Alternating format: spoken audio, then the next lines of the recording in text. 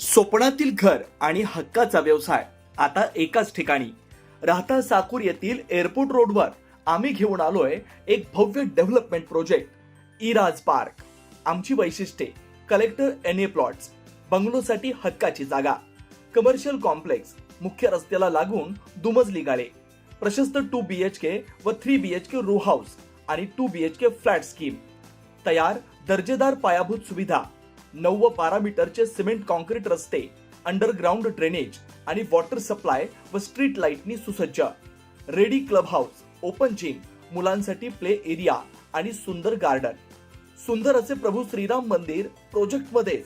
पत्ता: survey number 97/1, airport road, उपासनी महाराज मंदिराजवळ, साकुरी, राहता.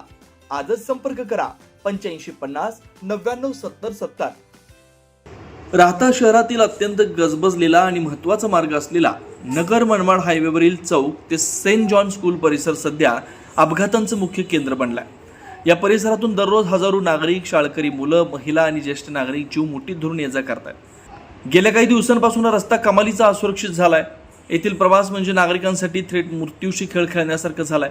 रोजचा दिवस उजाडतो तोच अपघाताच्या भीतीपोटी अशी संतप्त प्रतिक्रिया स्थानिक नागरिकांमधून उमटतीये. या परिसरातील वाहतूक कोंडी अपघाताचं मुख्य कारण म्हणजे रस्त्यालगत असलेल्या दुकानांसमोर होणारे बेशिस्त पार्किंग.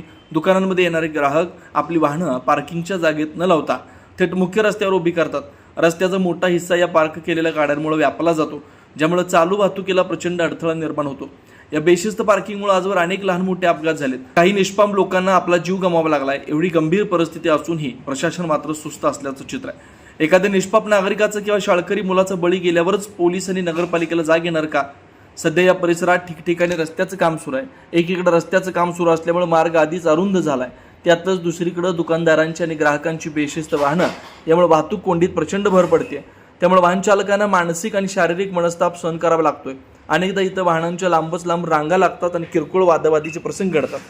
या संपूर्ण प्रकारात राहता पोलीस स्टेशन आणि स्थानिक प्रशासन काय कारवाई करतं असा प्रश्न आता उपस्थित केला जातोय. रस्त्यावर वाहने उभी करणाऱ्या ग्राहकांवर आणि त्यांना मज्जाव न करणाऱ्या दुकानदारांवर दंडात्मक कारवाई करण्याची मागणी जोर धरते. केवळ तात्पुरती कारवाई न करता या परिसरात वाहतूक पोलिसांची नियुक्ती करण्यात यावी आणि नो पार्किंग झोन जाहीर करून कडक अंमलबजावणी व्हावी अशी नागरिकांची मागणी आहे. आता या गंभीर समस्येकडे राहता पोलीस आणि प्रशासन गांभीर्याने पाहणार की पुढील मोठ्या दुर्घटनेची वाट पाहणार हे पाहणं महत्त्वाचं ठरेल.